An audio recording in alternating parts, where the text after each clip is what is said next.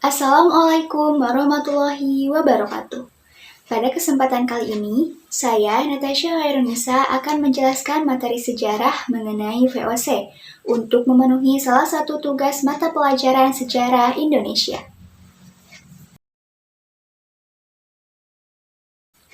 VOC merupakan persekutuan kongsi dagang Belanda yang ada di Nusantara. Kongsi dagang Belanda ini dapat disebut dengan Perserikatan Maskapai Perdagangan Hindia Timur atau Kongsi Dagang India Timur. VOC secara resmi didirikan pada tanggal 20 Maret tahun 1602 di kota Amsterdam, Belanda.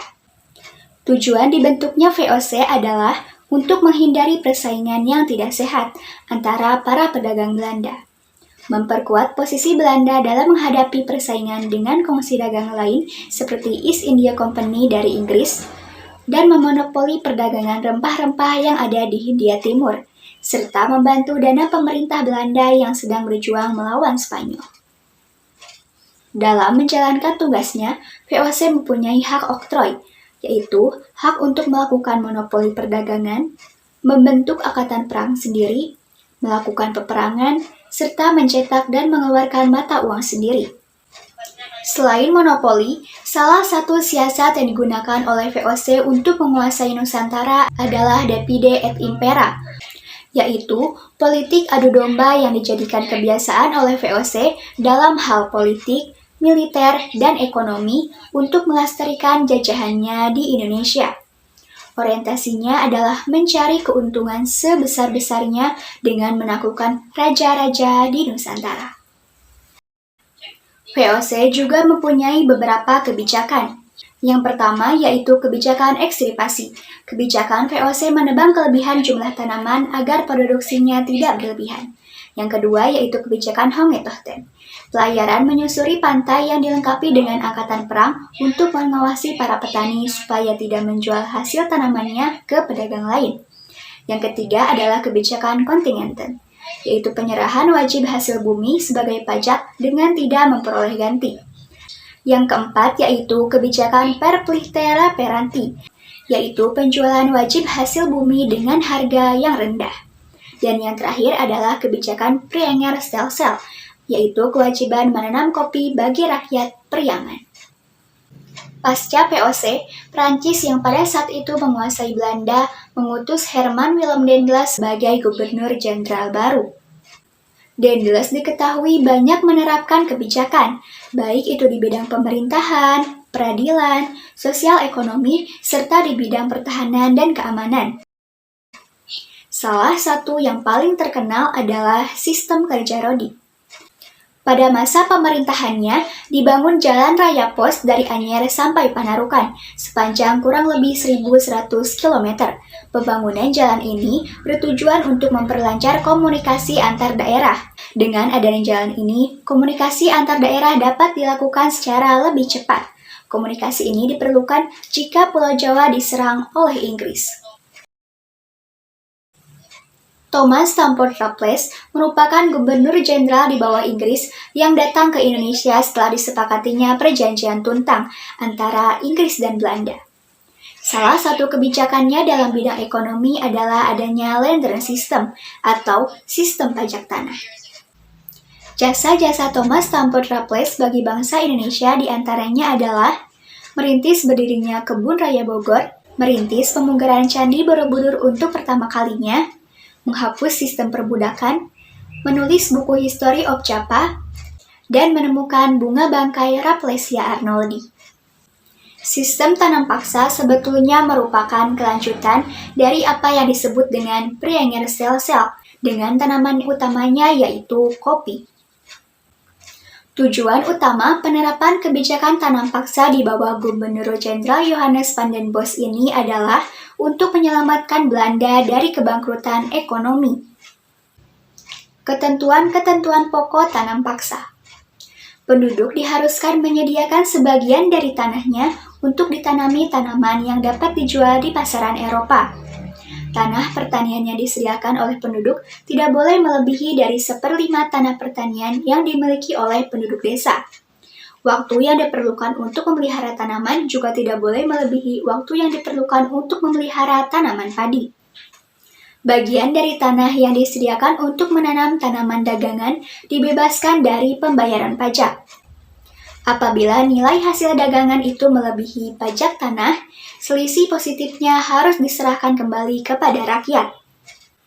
Akan tetapi, di dalam pelaksanaannya terjadi berbagai penyimpangan, seperti kegagalan panen tanaman wajib yang tetap dibebankan kepada petani. Kemudian setiap kelebihan hasil panen dari jumlah pajak tidak dikembalikan kepada rakyat, dan lahan yang disediakan untuk tanaman wajib tetap dikenakan pajak tanah. Rakyat yang tidak memiliki tanah juga harus bekerja melebihi waktu yang telah ditentukan. Dampak pelaksanaan tanam paksa bagi bangsa Belanda adalah hutang-hutang Belanda terlunasi, kas negara yang semula kosong dapat terpenuhi, kemudian berhasil membangun kota Amsterdam menjadi pusat perdagangan dunia, serta penerimaan pendapatan yang melebihi anggaran belanja. Dan dampak negatifnya tentu saja banyak dirasakan oleh orang pribumi. Dampak negatif pelaksanaan tanam paksa diantaranya adalah penderitaan fisik dan mental, pertanian lokal khususnya padi mengalami gagal panen, hingga kelaparan dan kematian di mana-mana. Kedatangan bangsa-bangsa Eropa yang mula-mula disambut baik oleh bangsa Indonesia, lama-kelamaan menjadi bumerang bagi rakyat pribumi. Sehingga banyak yang mengadakan perlawanan karena sifat-sifat dan niat-niat jahat bangsa Eropa yang mulai terkuak. Perlawanan-perlawanan yang dilakukan disebabkan orang-orang Barat yang ingin memaksakan monopoli perdagangan dan berusaha mencampuri urusan kerajaan-kerajaan yang ada di Indonesia. Salah satunya adalah perlawanan rakyat Banten. Perlawanan ini dilakukan sejak pertama kali VOC berada di Banten, di mana perlawanan tersebut dipimpin oleh Sultan Ageng Tirtayasa pada tahun 1656. Perlawanan ini dilakukan untuk memulihkan posisi Banten sebagai bandar perdagangan internasional. Meskipun begitu, ada beberapa pihak dari Belanda seperti golongan humanis yang justru menentang sistem tersebut. Pada saat itu juga, kaum liberal menuntut pelaksanaan tanam paksa dihapuskan dan diganti dengan menerapkan ekonomi liberal, supaya rakyat pribumi menjadi sejahtera. Kemudian, di tahun 1860, Edward Doesdecker yang mengkritik kebijakan tanam paksa kepada Belanda membuat beberapa tulisan, salah satunya berbentuk buku yang berjudul Max Havelaar. Dari sinilah terjadinya pelaksanaan politik etis atau politik balas budi. Politik etis merangkum program yang disebut dengan Trias van Deventer. Sesuai namanya, program Trias van Deventer ini terbagi menjadi 3, yaitu irigasi, emigrasi, dan edukasi. Dalam pelaksanaan politik etis ini dipelopori oleh kaum humanis Belanda dan menjadi sarana eksploitasi baru oleh Belanda. Pelaksanaan yang mencerminkan tujuan awalnya ini juga tidak diawasi oleh pemerintah Belanda. Sehingga lahirlah golongan terpelajar dan terdidik sebagai bentuk dari dampak positif pelaksanaan politik etis.